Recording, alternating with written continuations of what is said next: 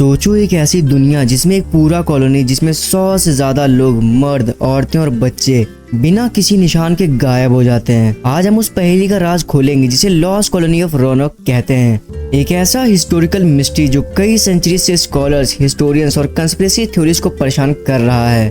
स्वागत है आपका हमारे चैनल पर, जहां हम हिस्ट्री के सबसे इंटरेस्टिंग मिस्ट्रीज को एक्सप्लोर करते हैं। अगर आपको पुराने राजों को समझने में दिलचस्पी है तो सब्सक्राइब बटन जरूर दबाएं और हमारे साथ इस वक्त के सफर पे चलिए।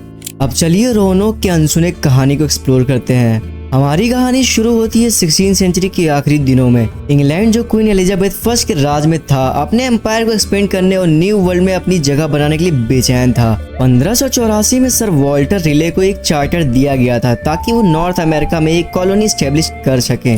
रिलाय का विजन बिल्कुल क्लियर था, एक इंग्लिश आउटपोस्ट बनाना जो स्पेनिश डोमिनेंस को चैलेंज कर सके और इंग्लिश क्राउन के लिए वेल्थ और प्रेस्टीज लेकर आ सके।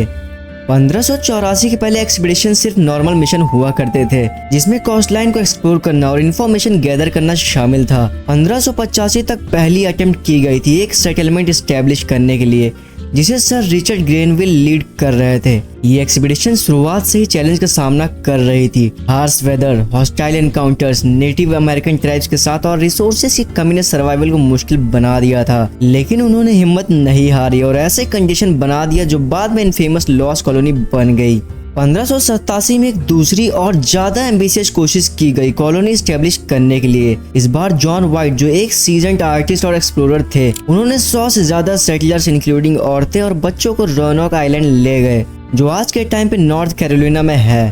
पहले के मिलिट्री फोकस एक्सपीडिशन से बिल्कुल ही अलग ये ग्रुप एक परमानेंट सेटलमेंट स्टैब्लिश करने का सोच रहा था। सेटलर्स को काफी चैलेंज का सामना करना पड़ा, लिमिटेड सप्लाईज, अनफेमिलियर ट्रेन और लोकल ट्राइब्स के साथ कॉम्प्लेक्स रिलेशंस। फिर भी उनमें उम्मीद थी। उन्होंने अपने सेटलमेंट का नाम सिटी ऑफ रिलाय रखा सर वॉल्टर रिलाय के सम्मान में और अपनी नई जिंदगी से अजीब जगह में बनाना शुरू किया। हालांकि John white relation native American tribes के साथ कॉम्प्लिकेटेड थे। कुछ ट्राइब्स फ्रेंडली थे लेकिन दूसरी ओर थोड़ा सा मामला गड़बड़ था क्योंकि पहले के यूरोपियन सेटलर्स के साथ उनके नेगेटिव इनकाउंटर्स हुए थे। इंटेंशंस के बावजूद वाइट और उनके लोगों ने कुछ लोकल ट्राइब्स के साथ रिलेटिव पीसफुल रिलेशनशिप स्टैब्लिश कर लिया था जो क्रूशियल सपोर्ट प्रोवाइड करते थे फूड और लैंड के बारे में नॉलेज के रूप में। जब 1587 का वक्त आगे बढ़ रहा था, कॉलोनी का सिचुएशन ज्यादा सीरियस होने लगा। सप्लाईज कम हो रही थी और हार्श विंटर का सामना करना था। सेटलर्स ने जॉन वाइट से इंग्लैंड वापस जाने और सप्लाईज लाने के लिए रिक्वेस्ट किया।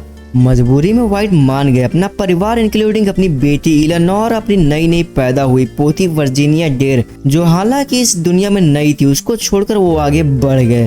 हालांकि वाइट इंग्लैंड पहुंच तो गए थे लेकिन वाइट का रोनोक वापस आना 3 लंबी सालों तक डिले हो गया क्योंकि इंग्लैंड स्पेन के साथ कॉन्फ्लिक्ट में था जो 1588 में स्पेनिश आर्मडा के अटैक में क्लुमिनेट हुआ। 1590 में अगस्त के महीने में वाइट फाइनली रोनोक वापस आए। जो उन्होंने देखा, या कहना चाहिए जो उन्होंने नहीं देखा, वो उन्हें जिंदगी भर के लिए परेशान कर गया। कॉलोनी पूरी तरह से खाली थी, ना कोई संघर्ष के निशान, ना कोई लाश और ना ही ये पता चल रहा था कि सेटलर्स गए कहाँ। सिर्फ एक क्लू था, एक पोस्ट पर क्रोटॉन लिखा था और एक ट्री पर क्रो का निशान बना था।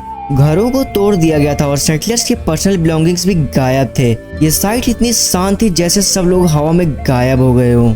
वाइट का मानना था कि वर्ड क्रोटॉन आइलैंड जो अब हैट्रेस आइलैंड के नाम से जाना जाता है, उसकी तरफ इशारा कर रहा था जहां एक फ्रेंडली नेटिव अमेरिकन ट्राइब रहती थी। लेकिन बुरे मौसम और दूसरी मुश्किलों के कारण वाइट वहां सेटलर्स को ढूंढ नहीं पाए। वो इंग्लैंड वापस लौट गए अपने परिवार और सेटलर्स को हमेशा के लिए पीछे छोड़ते हुए, और वो दोबारा उनसे कभी नहीं मिल पाए। सदियों से ढेर सारी थ्योरीज प्रपोज की गई हैं इस मिस्ट्री को समझाने के लिए। चलिए अब हम लोग सबसे मेन थ्योरीज को एक्सप्लोर करते हैं, देखते हैं कि उनका इस बारे में क्या कहना है। सबसे ज्यादा मानी हुई थ्योरी ये है कि कॉलोनिस्ट ने क्रोटन ट्राइब से मदद मांगी और उनकी कम्युनिटी में घुल मिल गए। इस थ्योरी को बाद के एक्सप्लोरर्स के रिपोर्ट सपोर्ट करते हैं जो कहते हैं कि उन्होंने नेटिव अमेरिकन से मिले जिनके यूरोपियन फीचर्स थे, जैसे कि हल्की स्किन और नीली आंखें। लेकिन अगर ये सच है तो सेटलर्स ने वाइट के लिए कोई क्लियर मैसेज क्यों नहीं छोड़ा और उन्होंने इंग्लैंड से बाद में संपर्क क्यों नहीं किया? ये सवाल आज भी हिस्टोरियंस के बीच में डिबेट को जन्म देता है। एक दूसरी थ्योरी ये भी सजेस्ट करती है कि स्पेनिश जो उस रीजन में स्ट्रॉन्ग प्रेजेंस रखते थे, उन्होंने कॉलोनी को खोज लिया और उसका नाश कर दिया, लेकिन इस बात को कोई भी प्रूफ नहीं है और ना ही स्पेनिश सोर्सेस में ऐसी कोई इंसिडेंट का जिक्र है। अगर स्पेनिश ने अटैक किया होता तो साइट पर कोई वायलेंस के निशान क्यों नहीं मिले और उन्होंने एक इंग्लिश कॉलोनी के डिस्ट्रक्शन का रिपोर्ट क्यों नहीं किया। कुछ हिस्टोरियंस ये भी मानते हैं कि कॉलोनिस्ट ने बीमारी या भूखमरी का सामना किया होगा और वो सारे मारे गए होंगे और हमें उनकी लाश इसलिए नहीं मिली क्योंकि बाकी के सर्वाइवर्स ने उनको दफना दिया होगा और बाद में खुद भी मारे गए होंगे। लेकिन फिर इस थ्योरी से ज्यादा सवाल उठते हैं, कोरोटोन वर्ड पोस्ट पर क्यों लिखा गया था? क्या ये एक आखिरी मैसेज था या फिर एक प्लान्ड रिलोकेशन की तरफ इशारा था? और साथ ही में कोई भी मिस्ट्री तब तक कंप्लीट नहीं होती है जब तक उसमें सुपर नेचुरल थ्योरीज का जिक्र ना हो। कुछ लोग मानते हैं कि कॉलोनी किसी शाप का शिकार बन गई या उन्हें अदर वर्ल्डली फोर्स ने अब्डक्ट कर लिया। ये आइडिया जबकि फैसिनेटिंग है किसी के क्रेडिबल एविडेंस के बिना, लेकिन ये रोनोक को राज को और भी अद्भुत बनाते हैं। रिसेंट ईयर्स में नए एविडेंस और टेक्नोलॉजी ने लॉस्ट कॉलोनी में इंटरेस्ट को दोबारा जगाया है। आर्कियोलॉजिस्ट ने हैट्रेस आइलैंड पे कुछ आर्टिफैक्ट डिस्कवर किए हैं जो कोरोटन ट्राइब के साथ इंटीग्रेशन की थ्योरी को सपोर्ट करते हैं। डीएनए टेस्टिंग भी एक्सप्लोर की जा रही है जिसमें रिसर्चर्स नेटिव अमेरिकन ट्राइब के मॉडर्न लिनियज को रोनोक सेटलर से ट्रेस करने की कोशिश कर रहे हैं।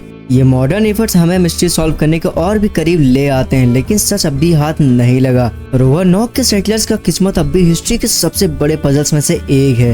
एक ऐसी कहानी जो हमारे इमेजिनेशन को कैप्चर करती है और हमें हमारे पास्ट को समझने की चुनौती देती है। द लॉस्ट कॉलोनी ऑफ रोनोक अब भी सिंबल एक अननोन का, एक दास्तां एक अर्ली कॉलोनियल लाइफ की चैलेंजेस की और एक रिमाइंडर है अनकही कहानियों का जो हिस्ट्री में डूब गई हैं। जैसे हम आगे एक्सप्लोर, इन्वेस्टिगेट और थ्योराइज करते हैं, वैसे ही हमें ये भी एक्सेप्ट करना होगा कि कुछ मिस्ट्रीज कभी भी सॉल्व नहीं हो पाएंगी, लेकिन ये सर्च, ये समझने की कोशिश रोवानॉक की कहानी को ज्यादा जिंदा रखती हैं। आपको क्या लगता है लॉस्ट कॉलोनी ऑफ रोनोक के साथ क्या हुआ? क्या आप इनमें से किसी थ्योरी को मानते हैं या फिर आपकी कोई अपनी अलग सोच है? हमें नीचे कमेंट्स में जरूर बताएं और अगर आपको ये वीडियो पसंद आई हो तो लाइक करें, सब्सक्राइब करें और बेल आइकन दबाएं ताकि आपको हमारे नए वीडियोस की नोटिफिकेशन मिलता रहे। तब तक के लिए बाय बाय, सी यू।